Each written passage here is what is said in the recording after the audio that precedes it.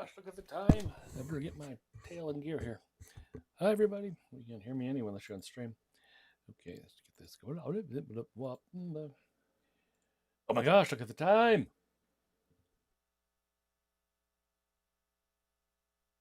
Guess I better get my Beskar in gear here. Hello, 𝗬𝗧𝗧𝗦𝗧. Turn your sound up. I use a media. Music is high already. Its voice is high already. Okay. And you're still very, How's everybody else hear me? Can you hear me okay, everybody else?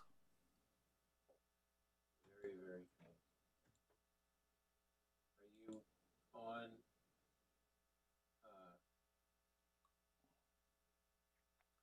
are you using the shoutcast, or are you using trim media, or are you using voice? Yeah, it's very faint to me as well.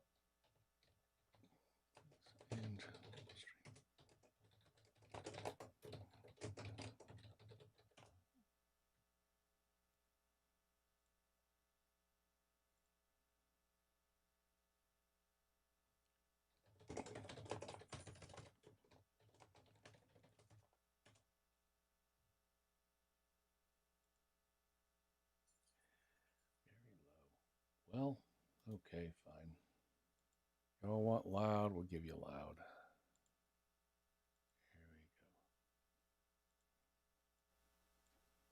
Here we go. So, how's that then? Is that louder? Nope, not here. I have no idea. Somebody else weigh in. Anybody else can hear me okay? Everything's set the same way it is always, so I don't know.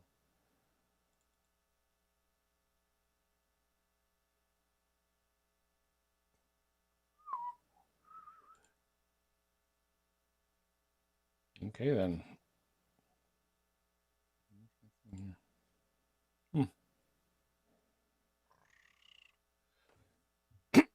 Days of old, when knights were bold.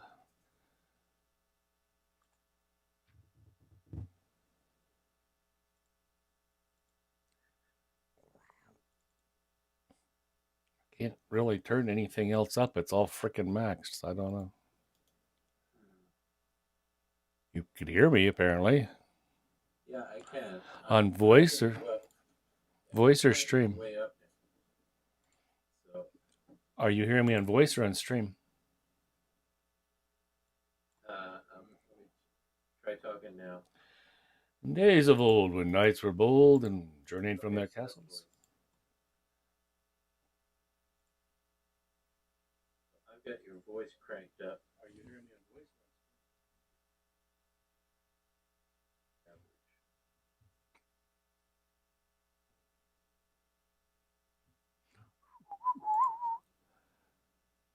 That's about it.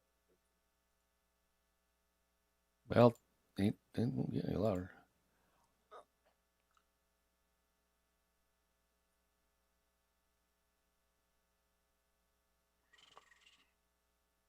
Caledonia says she turned me up. Usually girls turn me down.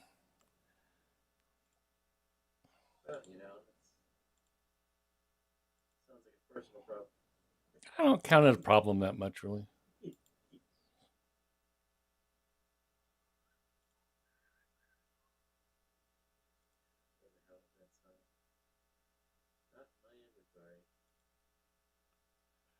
Okay, well. Shandon, did you set that sign for sale or something before you gave it to me? Or share so people could take it? It was probably full perm, yeah. Yeah, but if it was full perm, they couldn't just take it without my perm to use my stuff. I had it set up there at the landing point, and so you just when you click on it, it would teleport here. But and that was this afternoon, and it was working.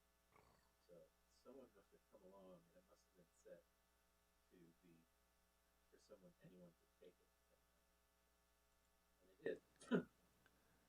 Okay. Okay. Uno momento, por favor. See if we can get going here.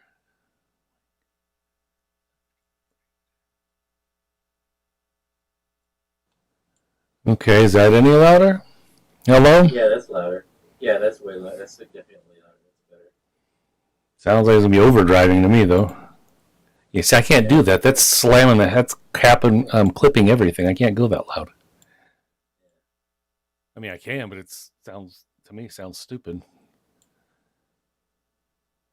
I don't know what music you're all hearing. Who said that? Yes. Did you set the URL stream, Mike, for my voice for my stream? Oh no, I did not. I did not have the stream. I emailed, sent it to you a while ago, but I'll send it again if you need. Yeah, please do.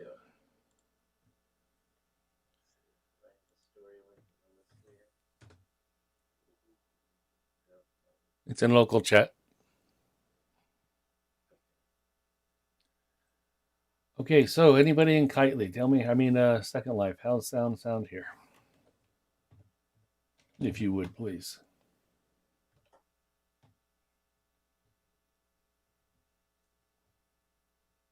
Okay. So one more setting then. Bear with me one more time. We'll get this crazy thing going.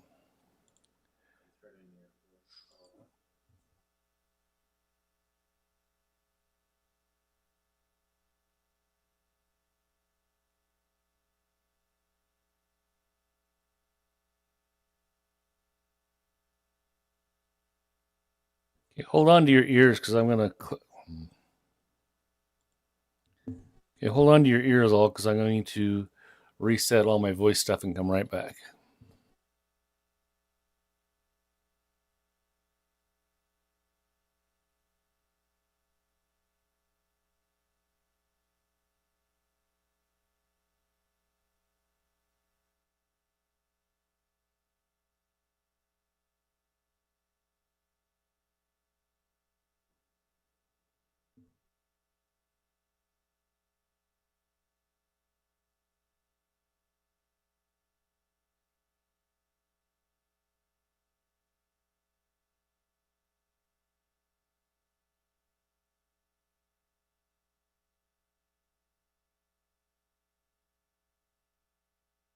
Okay, I'm back. Can you all hear me now?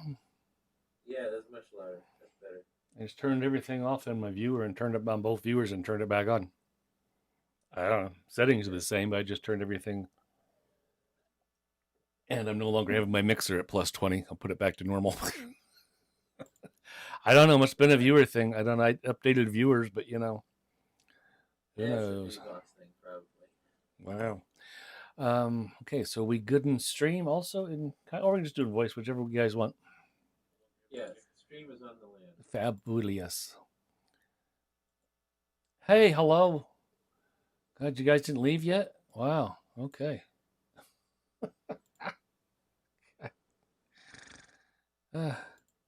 So, welcome, y'all. I guess we'll go ahead and get started, Mr. Loring. It's okay? Sure. Okay. I'm going to turn your sound down, though. Oh, okay. Don't worry about it then. I was going to say, I didn't hear you after typing. So, okay. Ooh. Anyway, where were we? Oh, yeah. Thanks for being here, everybody. We are presenting, apparently, in live voice and stream and live on YouTube tonight. And perhaps if there's any issues, let us know because, it's that kind of thing. Wow, look at everybody here. Mags and Ms. 𝗕𝗕𝗁 and Flossie. Hi, Zoth. Flossie. Oh, there you are. And I know 𝗕𝗓𝗓 and Stranger. Lyria. And, of course, the Caledonia Sky Tower. Hey, and YouTube's working too. We're almost there. I'll stop blathering and get on with this story thing for sure. I know I saw Savage and Silver Moon. There you are. Hi, Savage. Hello, Silver Moon. And the incomparable Rosa. Okay, then. And Kira times 2. Wow, that's a dangerous. Anyway, tell your real-life grid friends to come and watch tonight's stories because we are on YouTube also right there at that local link. Really quick, and I'll talk fast because Flossie says I talk too long, and she says that because it's true. A bit of housekeeping. We were both in Second Life at Shandon Library, of course, and in Open Sim at the Naboo Spaceport, courtesy of Mike Laurie and 𝗪𝗧𝗔𝗥𝗦. Tonight's story will run just a touch long, not too long, not too much, because we have late night tonight with 𝗦𝗧𝗔𝗥𝗦. There's a text chat link going between the grids so you can chat with your friends on the other side. Thank you, Mr. Kayaker Magic. All sessions of the Shandon Library and Storylink Radio are presented freely. There is never, ever, where is Dagmar, ever any obligation to tip. However, if you have the means, you're so inclined to show your appreciation for the work we present here, we welcome you to join us in support of our featured charity, which is Habitat for Humanity. Habitat for Humanity is all of us working together, partnering with families to improve their housing and changing lives. I paused there because I was going to try and insert some clever thing for wayward Mandalorians, but I wasn't good enough at it. So it's Habitat for Humanity. Here in Kitely, we are on location at the Naboo Spaceport. So thank you, Mike, for getting us all set up. I know you did a lot of work here. And Rosa. So please feel free to direct any tips or donations directly to the venue or drop them on my head and I'll route them appropriately. But again, there's never, ever any obligation to do so. You can learn more about our virtual events and keep track of all our various doings at our websites, ShandonLibrary.com and StorylinkRadio.com by visiting the links in the local chat. We do ask to be no capturing of this voice presentation by any means without checking with us first, but we always welcome participation in typed chat comments during the stories. There, see, that wasn't so bad. And that ends our little bit of housekeeping spiel tonight. So on with the stories. This is the way. Star Wars, The Mandalorian, Season 2, Episodes 1 and 2, The Marshal and the Passenger. After the fall of the Empire, but before the emergence of the First Order, a lone bounty hunter known as the Mandalorian travels the outer reaches of the galaxy. When his newest bounty hunting target turns out to be a small child, the Mandalorian decides the child must be protected at all costs. Let's see, one more link for you. Jot this one down. It's a secret link for family and friends only to all of the Mandalorian Season 1 stories we presented previously. Don't go listen to them now, but you can later if you want to. There, that's it. Okay, let's get on with the story thing. Huh? Thanks for your patience when we get our stuff together. So everybody hear some of the ones last time, Season 1? I hope so. It doesn't matter because you get caught up really fast. And everybody knows who Baby Yoda is. Yes, I am adamantly refusing to say Grogu because Grogu is a stupid name. But Baby Yoda is okay. I could be in the minority on that. I don't know. Thank you, Mr. Quargan. So, a long time ago in a galaxy far, far away. This was no place for a child. The Mandalorian made his way down the back street with the silver pram floating alongside him, its tiny occupant safely within reach. Inside, the child sat wide-eyed, taking in his surroundings with a whimper. The slums of this outer rim planet were flooded with menacing shadows, every one of them threatening trouble. Rows of streetlights flickered overhead, casting their uncertain glow across the graffiti-strewn walls as if fearful of what they might find. The sweltering air around them was motionless and hushed, yet the quiet was deceptive. They were not alone. In the darkness, eyes gleamed. Mando stopped in front of a darkened doorway where a Twi'lek guard stood with his arms crossed. Like all of his kind, the Twi'lek was humanoid in most respects, with the exception of the two elongated leku that protruded from his skull. His gaze was cold, an unspoken challenge to anyone unlucky enough to have found their way there by accident, as he waited for the Mandalorian to state his business. "I'm here to see Gor Koresh," Mando said, and the child cooed in agreement. After a moment, the doorman moved aside, gesturing them in. "Enjoy the fights," the Twi'lek said. Stepping inside, Mando could already hear cheers and applause and the clang of metal on metal. In the ring, two massive pig-like Gamorrean fighters were battling with each other with vibro-axes, while the spectators whistled and roared in half a dozen different languages and dialects. Mando scarcely bothered to glance over. although the child seemed fascinated by the display of brutality inside the ropes. Surveying the crowd, Mando found the one he was looking for. 𝗲𝗓𝗃 was a green-skinned Abyssian with a flair for style, adorned in a spotless white suit, earrings, and nose rings. 4 heavily armed bodyguards surrounded him, their attention riveted to Mando and his companion in the floating pram. Koresh's solitary eye moved from the child to Mando with a mixture of amusement and disapproval. "You brought the kid?" "Wherever I go, he goes." "Yeah, so I've heard. I've been quested to bring him to his kind," Mando said. "If I can locate other Mandalorians, they can help guide me. I'm told you know where to find them?" Koresh scarcely took his attention from the fighters. "It's uncouth to talk business immediately. Just enjoy the entertainment, eh?" Entertainment wasn't the word Mando would have chosen to describe what was going on inside the ring, but he waited as the 2 fighters swung axes at each other, pounding their way through the final act of their sweaty, desperate drama. One of them caught his opponent with a blow to the midsection, knocking him to the mat, and the crowd roared. "Bah!" Koresh grunted, clearly displeased with the outcome. "My 𝗲𝗏𝗧𝗔𝗥 is not doing well." He raised his voice to a shout, joining the jeers and cries of the mob. "Kill him! Finish him!" As if in response to this command, the injured 𝗲𝗏𝗧𝗔𝗥 recovered his balance and launched a counterattack. Koresh jerked his head toward the bounty hunter. "Do you gamble, Mando?" "Not when it can be avoided," the Mandalorian said. Koresh laughed unpleasantly. "I will bet you the information you seek that this 𝗲𝗏𝗧𝗔𝗥 is going to die within the next minute and a half, and all you have to put up in exchange is your shiny Beskar armor." Mando turned to look at him. "I'm prepared to pay you for information. I'm not leaving my fate up to chance." "Nor am I," Koresh said.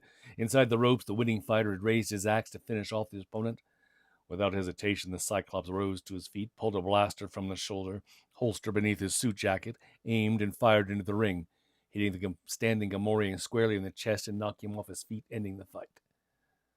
As a shocked silence fell over the room, Koresh swung the blaster around on the Mandalorian.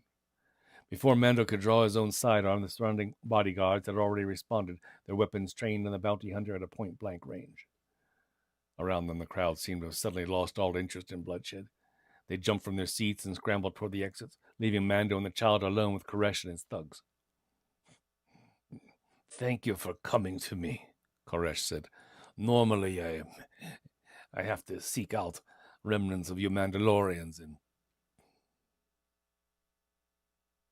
your hidden hives to harvest your precious shiny shells."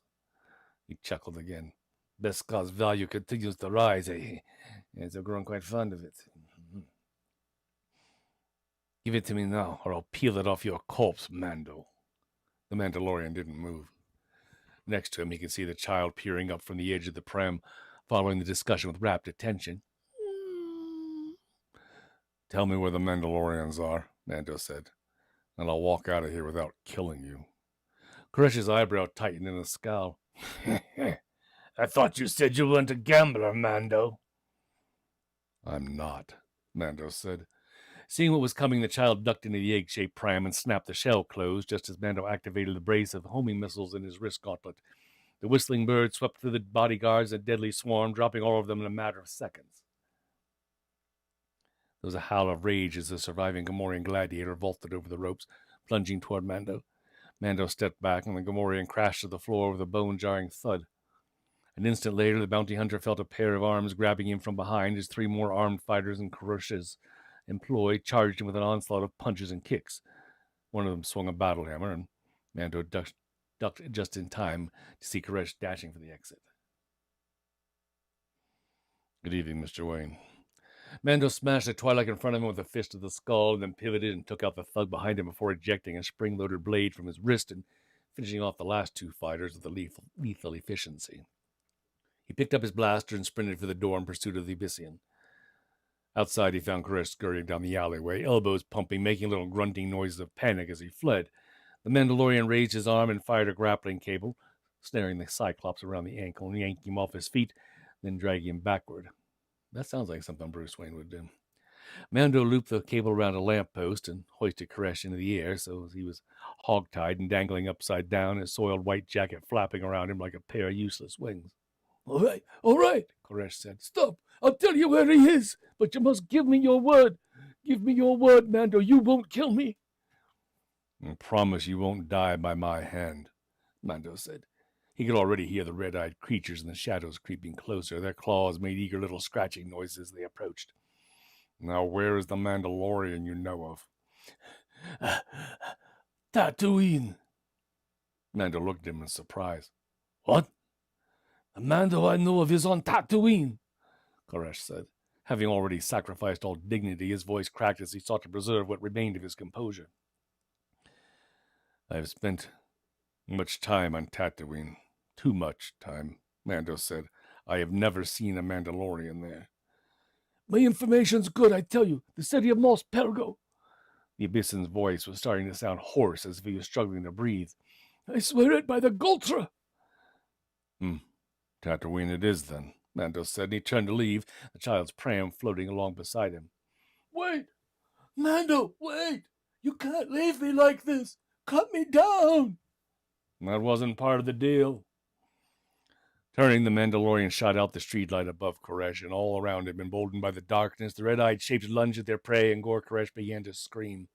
Wait! What are you doing, Mando? I can pay! Mando! But the Mandalorian did not look back.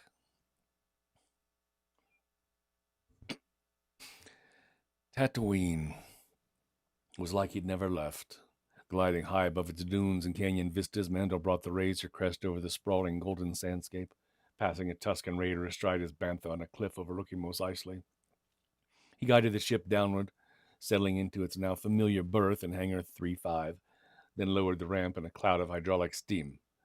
Peli Motto was waiting for him in her usual jumpsuit and tool belt, her droids already advancing like a pit crew toward the ship. She shooed them away. All right. Hey, sorry, gang. She shook her head. Come on, you know he doesn't like droids. Mando walked down the ramp, a satchel hanging from his shoulder. You might as well let them have at it. The crest needs a good once-over. Peli Motto raised her eyebrow. So he likes droids now. Well, you heard him. Give it the once-over, boys. The droids made their way toward the ship. Peli turned her attention to Mando. I guess a lot has changed since you were last in. Ah! Her voice rose in excitement as she noticed the child's head peeking out of the bag. Oh, thank the Force! This little thing has had me worried sick. Come on, you little womp rat. She scooped up the child and chuckled as he cooed in her arms. Ha ha! Looks like it remembers me, eh? Then glancing up at Mando. How much do you want for it? Just kidding. But not kidding. Not really. You know, if this thing ever divides or buds or whatever, Mando, I'll gladly pay for the offspring. There was a whoosh and a crash from the Razor Crest, and she and Mando looked over to see a loose hydraulic hose flailing in the air. Hey! Peli shouted. Watch what you're doing up there. He barely trusts your kind. Mando returned his attention. I'm here on business. I need your help. Well then business you shall have, Peli said, still cradling the child in her arms. Care for me to watch this wrinkled little critter while you seek out your adventure? I've been quested to bring this one back to its kind, Mando said. Oh, wow. Can't help you there. I've never seen anything like it. A Mandalorian armorer has set me on my path, Mando said. If I can locate another of my kind, I can chart a path through the network of coverts. He told her about 𝗪𝗡𝗪𝗪 and what he hoped to find there and what he needed from her. You still have that speeder bike? Sure do. It's a little rusty, but I got it. Mando followed her out. Peli was right. The bike was rusty, but it still managed to carry them across the dunes with plenty of speed and lift. Mando gripping the controls and the child riding happily in the saddlebag, ears flapping in the breeze. Even at high speed, the journey took them well into the shadows of dusk. They spent the night among an encampment of Tusken raiders, gathered with their banthas around a campfire. The Mandalorian making silent conversation with them through hand gestures and sign language, and getting directions to go forward as the child feasted on a roasted womp rat. In the morning, they set out again, hoping to reach their destination before midday. The town of 𝗪𝗡𝗪𝗪 was not much more than a windswept mining settlement made up of an assortment of raised structures and stilted storefronts. Some of the houses were made of baked clay, perched atop decking to keep them from sinking into the sand. The sand, and more sand. The residents huddled in the doorways, glaring in wary silence and outright suspicion as Mando rode down the street and stopped to dismount in front of the saloon. Inside the establishment seemed very dark after the brightness of the day. But Mando could see it was almost empty. The 𝗬𝗎𝗻 behind the bar glanced up at him. "Can I help you?" "I'm looking for a Mandalorian," Mando said. "Well, we don't get many visitors in these parts. Can you describe him?" He looks like me." The wrinkly-skinned bartender looked at him for another moment, wondering if he was being put on. "Oh, you mean the Marshal?" "Your Marshal wears Mandalorian armor?" "See for yourself." The bartender turned and, gesturing with a thrust of his chin, Mando looked at the figure in the doorway, silhouetted against the bright desert sky. The man was indeed wearing Beskar armor and a helmet. "What brings you here, stranger?" "I've been searching for you many parsecs," Mando said. "Well, now you found me," the Marshal said as he stepped inside, boots creaking against the floorboards. "𝗬𝗎𝗻𝗦, 𝗪𝗧𝗔𝗥." He turned to Mando. "Why don't you join me for a drink?" Without waiting for Mando's response, the Marshal took the bottle of blue liquid and 2 glasses and carried them to a nearby table where he sat down. This was not blue milk. Then he did the last thing Mando would have expected. He took off his helmet. "Never met a real Mandalorian before," the man said with a slight smile. He was tan and lean-featured, with a scruff of beard and a bemused glint in his eyes. "Heard stories. I know you're good at killing. Probably none too happy to see me wearing this hardware, eh? So I figure only one of us is walking out of here." He glanced over to see where the child stood peering into the spittoon. "But then I see that little guy, and I think maybe I pegged you wrong." "Who are you?" Mando asked. "Me, I'm 𝗪𝗏 𝗪𝗏, Marshal of 𝗪𝗧𝗔𝗥." "Where'd you get the armor?" 𝗪𝗏 raised the glass to his mouth and sipped. "Bought it off some Jawas." "Hand it over," Mando said. "Look, pal," 𝗪𝗏 said, and he put down the glass. "I'm sure you call the shots where you come from, but around here I'm the one that tells folks what to do." "Take it off," Mando said, taking a step towards him, "or I will." 𝗪𝗏 didn't appear terribly intimidated by this threat. If anything, he seemed to welcome the inevitable confrontation with the air of a man dispatching with formalities and getting down to business. "Are we going to do this in front of the kid?" Over by the spittoon, the child made a soft cooing sound. "He's seen worse," Mando said. "Right here, then. Right here." With a shrug, 𝗪𝗏 scrapped back his chair and rose to face the Mandalorian. His hand moved to the holster at his hip, fingers ready. Behind the bar, the 𝗬𝗎𝗻 stood motionless, holding his breath, as the Mandalorian waited for the Marshal to make his move. And then the earthquake started.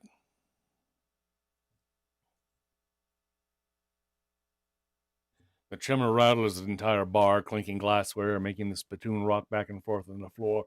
Then 𝗪𝗏 held up one finger as if to say, "Hold it right there," before turning and walking to the doorway. The rumbling had become more intense. In the distance, Mando had heard a siren go off. He stepped outside to join 𝗪𝗏 in front of the saloon. The Marshal was staring down the main street out into the distance. All around them, the residents of 𝗪𝗧𝗔𝗥 were shouting and running for their homes. An anxious 𝗪𝗏 tethered to a nearby hitching post brayed in fear. Something was coming. It approached with a deafening roar. Mando could see the shape beneath the ground, its spiny ribs protruding from the sand, the vibration of its howl disrupting the soil, loosening it and making it shift and swirl like waves in an ocean. Then all at once the thing erupted into view, mouth gaping, even bigger than Mando had expected, like a living cave full of teeth. It rose up and closed over the 𝗪𝗏, devouring it in a single bite, before disappearing again beneath the surface in a spray of sand and grit. 𝗪𝗏 and Mando stood on the porch in front of the saloon, watching the dust settle into the midday suns. Inside the drinking establishment, the child poked his head out of the spittoon where he'd sought shelter. Finally, 𝗪𝗏 sighed. Yeah, maybe we can work something out." He and Mando walked along the raised platform that led away from the saloon. Around them, the citizens were already making repairs. There was something about the routine that made Mando think it had happened many times before, a common enough occurrence around the settlement. "That creature's been terrorizing these parts long before 𝗪𝗧𝗔𝗥 was established," 𝗪𝗏 said. "Thanks to this armor, I've been able to protect the town from bandits and sand people. They look to me to protect them, but well, the crate dragon is too much for me to take on alone. He turned to Mando. You help me kill it, I'll give you the armor. Deal, Mando said, plan already taking shape in his mind. I'll ride back to my ship, blow it out of the sand from the sky, and use a bantha as bait. Yeah, not so simple, Vanth said. The ship passes above, it senses the vibration, it stays on the ground. But I know where it lives. How far? Mando asked. Marshal's eyes flicked off to the distance. Not far. Together they set out into the desert. Mando took his speeder bike and Vanth rode a modified pod racer engine equipped with a saddle and flight controls as they jetted along the swells toward the 𝗪𝗏 wastes. Yeah, you don't know what it was like, Vanth said, raising his voice to be heard over the pod racer engine. The town was on its last legs. It started after we got news of the Death Star blowing up. The second one, that is. The Marshal told Mando how the Empire had pulled out of Tatooine as the occupation ended. At first they'd been cheering in the streets, but the celebration hadn't lasted long. That very night, the mining collective had moved in. Armed soldiers, hiding behind dark face visors, had poured into the bar, brutally taking control and bringing the locals in line. Yeah, power hates a vacuum, Vanth said, and 𝗪𝗲𝗪𝗀 became a slave camp overnight. He gazed off in the distance, reliving the memory in his mind.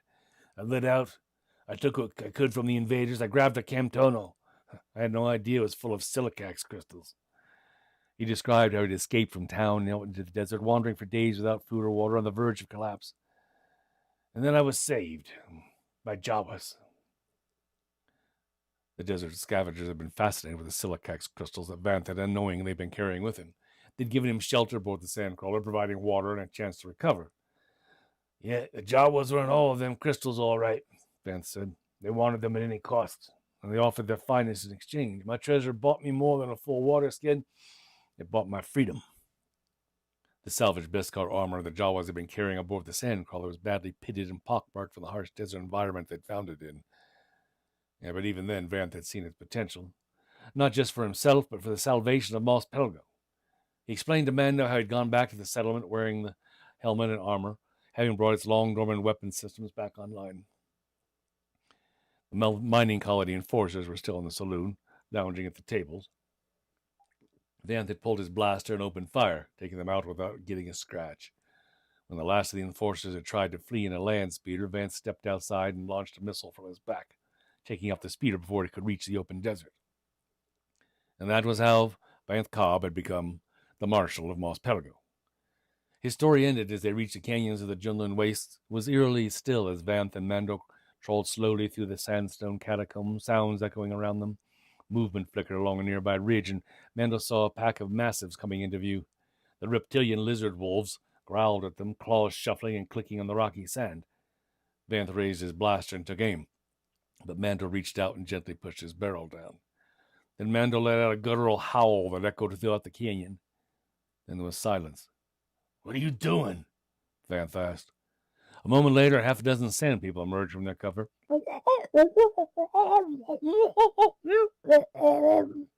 Mando set down his rifle and walked over. Two of the mastiffs bounded toward him like oversized puppies, sniffing Mando curiously, as the Tusken raiders started signing and, with their strange guttural voice, talked to him. Mando responded. Hey, partner, you want to tell me what's going on? Mando squatted down and ran one hand over Wolf Lizard's head, patting his chest. They want to kill the crate dragon, too. That night they sat with the Tuskens around their campfire, their domed huts flickering in the firelight. One of the sand people cracked open a black egg and passed it to Vanth, who scowled at the contents with undisguised revulsion. What am I supposed to do with this? You drink it, Mando said. It stinks. Do you want their help? Not if I have to drink this, Vanth said. The Tuskens argued, and with signing, and Mando replied with a series of gestures and grunts, then turned to Vanth. He says your people steal their water, and now you insult them by not drinking it. He signed again with the Tusken. They know about 𝗪𝗲𝗪𝗀. They know how many sand people you've killed. They raided our village. I defended the town. Lower your voice. Around them, the sand people began to stir with aggression. The mastiffs edged out of the shadows, stalking closer, growling. I knew this was a bad idea, Vanth said. You're agitating them, Mando told him. The Tuscans were rising, reaching for their weapons, and Vanth was already going for his blaster.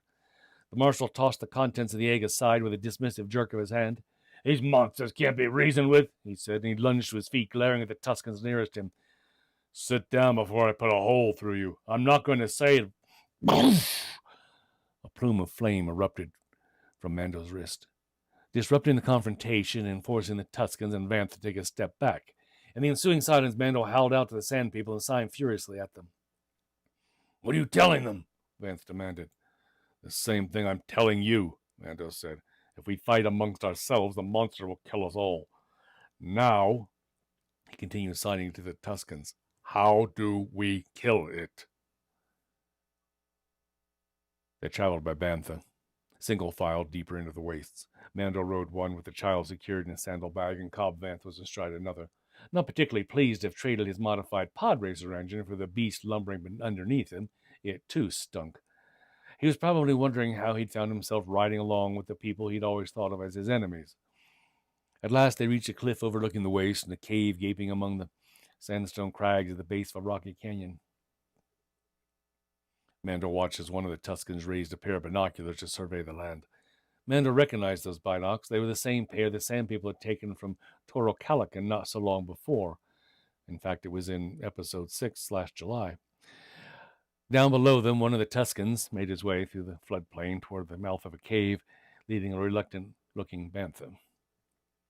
They say it lives in there, Mando told Vanth. They say it sleeps. It lives in an abandoned sarlacc pit. The marshal shook his head. I've lived in Tatooine all my life. There's no such thing as an abandoned sarlacc pit. There is if you eat the sarlacc. They continued to watch as the Tuscan outside the cave scattered some bantha food to preoccupy the bait. Next to them, the Sand People murmured among themselves. The marshal waited for the bounty hunter to translate. They're laying out a bantha to protect their settlement, Mando said. They've studied its digestion cycle for generations. They feed the dragon to make it sleep longer. The Tuscan below them tied the bantha to a post, then began to shuffle away. Poor little bantha. Watch, Mando said. The dragon's about to appear. They didn't have to wait long. From the mouth of the cave, the thing burst forth with a deafening roar. Mouth gaping, it ignored the bantha offering and instead devoured the fleeing Tuscan in a single bite before withdrawing back into the cave. Mando glanced at Vanth. They might be open to some new ideas, Mando said. Back at the Tuscan camp, Mando and Vanth gathered with the Tuscans around a makeshift model of the crate dragon made of womp rat bones. Sand People huddled close, snorting and sighing as Mando and Vanth studied the plan. What are those bones? Marshal asked.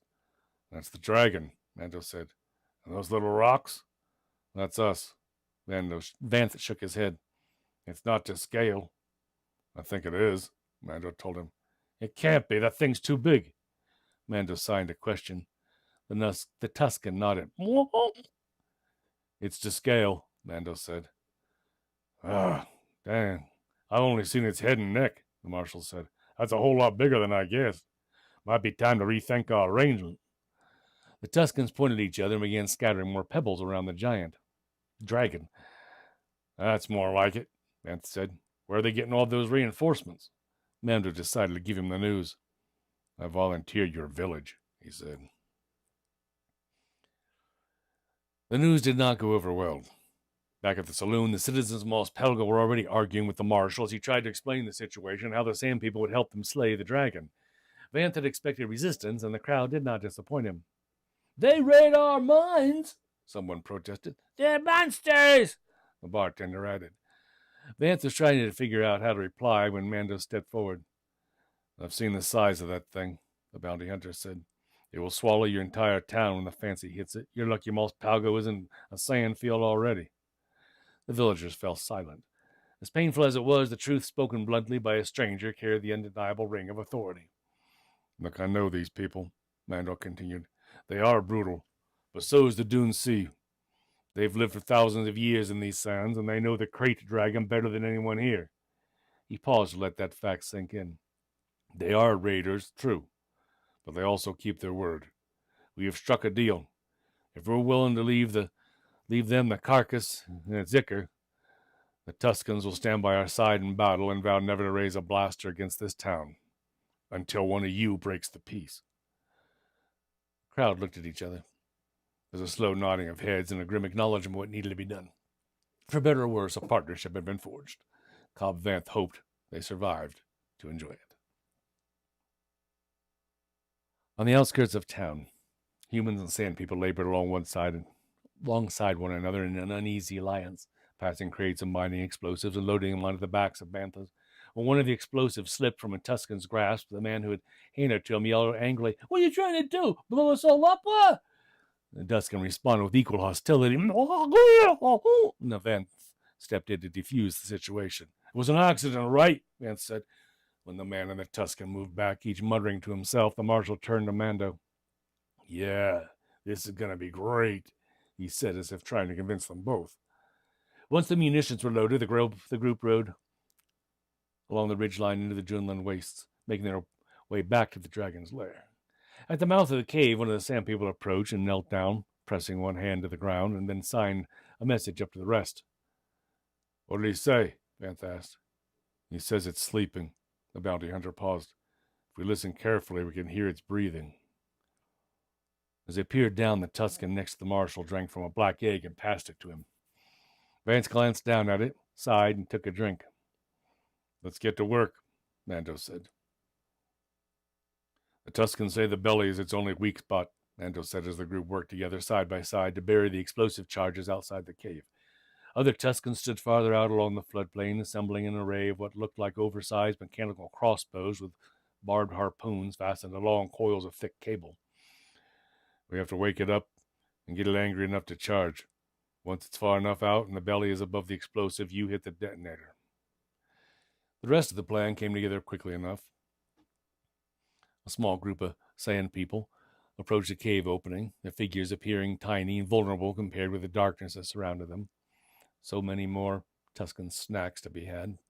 Cobb and Vanth, the Mandalorian, watched from above. Outside the cave, one of the Tuscans sent an ear-piercing howl into the depths of the catacombs below and was met with a resounding howl from inside the cave. Seconds later, the dragon burst forth, its jaws open, revealing rows of teeth the size of tombstones.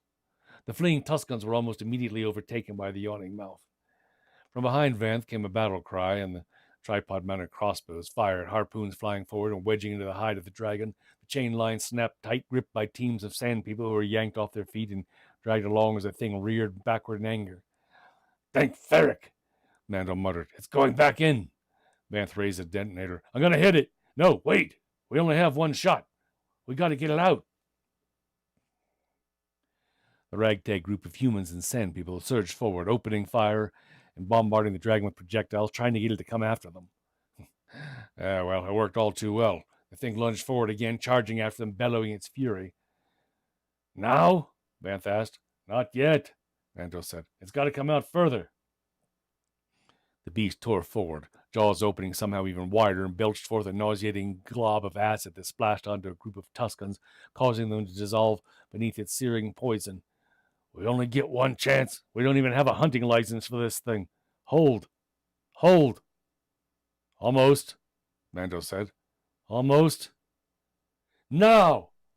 Vanth hit the detonator. The explosion hit the thing's underbelly, sending a tremendous shockwave through the layers of canyon wall and knocking Tuscans and humans alike off their feet. The howl of pain and anger shuddered the world around them like an earthquake. As the dust cleared, they saw the dragon again, all 200 meters of it rising back with another spray of acid from its mouth. "Quack-patooey!